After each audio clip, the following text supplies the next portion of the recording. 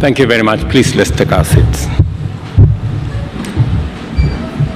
Your Excellency, Yoweri Kaguta Museveni, President of the Great Republic of Uganda, Your Excellency, our Chair of the East African Community, Salva Kiir Mayardit, President of South Sudan, Your Excellency, my elder sister Samia Suluhu Hassan, President of the United Republic of Tanzania, Your Excellency, Lieutenant General Gavis Ndirakubosha, the Prime Minister of the Republic of Burundi, Your Excellency Jakaya Kikwete, former President of the United Republic of Tanzania, Your Excellency Baba Olusegun Obasanjo, former President of the Republic of Nigeria, Your Excellency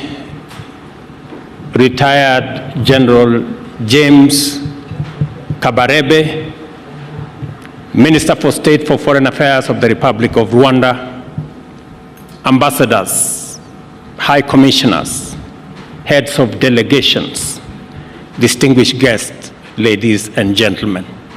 I am honored to have this opportunity to extend on behalf of the people of Kenya a warm welcome to each and every one of you, and to thank you for making time out of your busy schedules to attend this historic event. We do not take it for granted that you found time to come. On the contrary, your visit honors our nation greatly. It is therefore an immense privilege to host all of you as we assemble in Nairobi to announce Kenya's nomination of the Right Honorable Raila Amolo Odinga as candidate for the position of chairperson of the Africa Union Commission. Your Excellencies, our meeting today underscores our shared commitment to regional solidarity and integration in East Africa, and our determination to mobilize effective collective action for the benefit of the citizens of our countries and the entire African continent. Our East African region, which is home to more than 500 million people, rightly considers this moment to be its turn to offer leadership on the basis of the principle of inter-regional rotation. I am encouraged by the fact that more than ever, our region's leadership is alive to the complexity and dynamism of the challenges which form the regional and broader international context of our Pan-African moment. These challenges range from political instability and associated governance issues, conflict and insecurity, together with related humanitarian tragedies, cross-border and international crime, including various forms of illegal trafficking in drugs, arms, and persons. Others include climate change, whose effects have trapped many countries in the difficult place between extreme drought on one hand and devastating floods on another.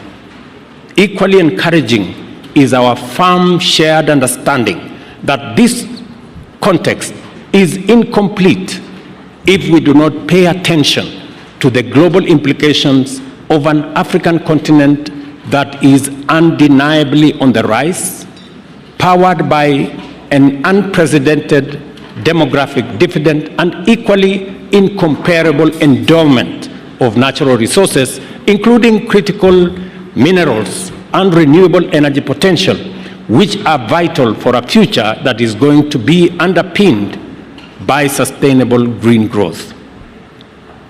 Our Pan-African moment, ladies and gentlemen, must be defined by the transformation of our collective capacity to solve our various crises and turn our potential into engines of sustainable growth and inclusive prosperity for present and future generations.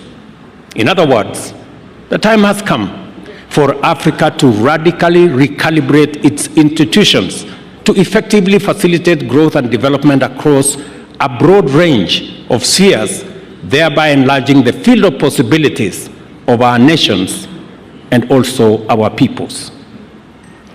To seize this moment, we need an African Union that can coordinate, oversee, and drive important continental agenda in a manner that brings Agenda 2063 onto the fastest delivery track. This will be an AU that is empowered with adequate diplomatic, security, governance, financial, technological, and even ecological leadership, and a management capacity to steer us rapidly beyond the sustainable development goals to Africa that we all want for the benefit of every nation and every African citizen. The feeling that Africa is ripe for this historic moment of radical transformation is shared by all our people and all our friends. Nothing stops us from moving into the necessary gear to claim our destiny, and this is why institutional reforms at the African Union are fundamentally essential. This understanding of the monumental possibilities before us and the urgency of our historic moment was underscored here in Nairobi when, at the close of the inaugural Africa Climate Summit, the continent's leaders announced a new transformative agenda under the Africa Leaders Nairobi Declaration on Climate Change and call to action. Among many significant pronouncements, the Nairobi Declaration emphasized the imperative of just, inclusive, equitable, and fair multilateral institutional architecture as a fundamental prerequisite for us to transform our immense potential into inclusive opportunities and sustainable prosperity for all of us. Fellow African leaders agreed at the summit that this would be by enabling our continent to industrialize for the world while also decarbonizing it using our abundant human, mineral, energy, and natural resources. The Honorable Raila Odinga has spoken extensively on the same. To actualize this ambition, the transformation must begin here at home in our continental institutions. Africa must aim at greater self-reliance and a more pronounced role in global governance. For this to happen, reliable and predictable resources to implement the African Union goals of sustainable development and deeper integration are necessary.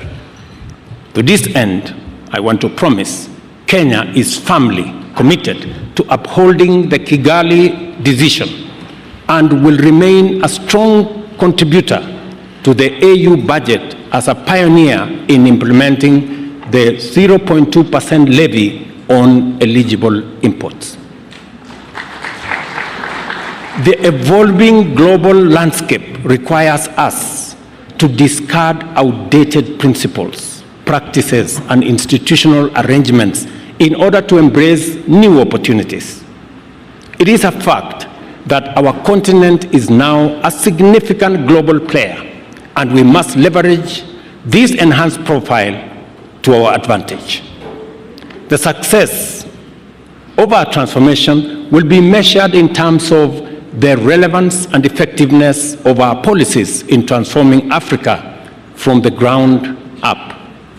Moreover, to give all our people and nations a fair chance to seize emerging opportunities, the task of addressing the persistent problems of state fragility and forgotten conflicts while boosting humanitarian efforts must further escalate significantly as a critical priority for all of us. Accordingly, Kenya has committed significant resources to processes aimed at achievement of peace and stability in our region, including in Sudan and also in Somalia. The complicated challenges arising from the prevailing geopolitical environment, including the impacts of war in Middle East and Eastern Europe, and the growing threats to cybersecurity at a time when humanity is increasingly reliant on technology and connectivity, which have intensified the dynamism and complexity of the operating environment of our institutions and require a flexible approach to technology and security. These are interventions that require leadership. Our commitment to strengthening multilateralism from regional to global levels remain steadfast. Kenya has already stepped up to enhance its contribution to Africa's development by championing institutional reform at the African Union. We believe that offering a highly qualified, experienced, and competent candidate to lead the African Union Commission is perfectly consistent with our commitment to the transformation of our continent through our institution of Pan-African unity. The Honorable Raila Odinga is a celebrated statesman whose longevity in leadership has been sustained by an unrelenting devotion to democratic change as the foundation of sustainable freedom and prosperity. Kenya has benefited from progress both on the broad stage of national governance as well as the evolution of specific sectors that are attributable to reforms championed by the Patriotic League of indomitable visionaries, among them the Honorable Raila Odinga. I want to say the Honorable Raila Odinga possesses the professional capacity and experience, a proven track record of transformative leadership, and a wide experience of accomplishments at the national and regional levels. Furthermore, the Honorable Raila Odinga enjoys a sterling reputation as a zealous Pan-African who has consistently demonstrated a strong faith in Africa's possibilities and exemplary commitment to the cause of laying a robust foundation for Africa's transformation in our time. Therefore, Excellencies, ladies and gentlemen, I know that Honorable Raila not only possesses the requisite credentials, but he is also the ideal candidate to lead the Africa Union Commission. Accordingly, Kenya endorses his candidature unreservedly, and we commit wholeheartedly to support his candidature, his vision, and his leadership. He embodies extensive experience and a deep understanding of both African affairs and global dynamics, which are crucial for leading the African Union further into the center of global affairs and closer to the hearts of the African people. Excellencies, I present to you a visionary Pan-African, a bold and wise leader, a professional and technocrat, as well as a towering statesman and a veteran mobilizer for positive change.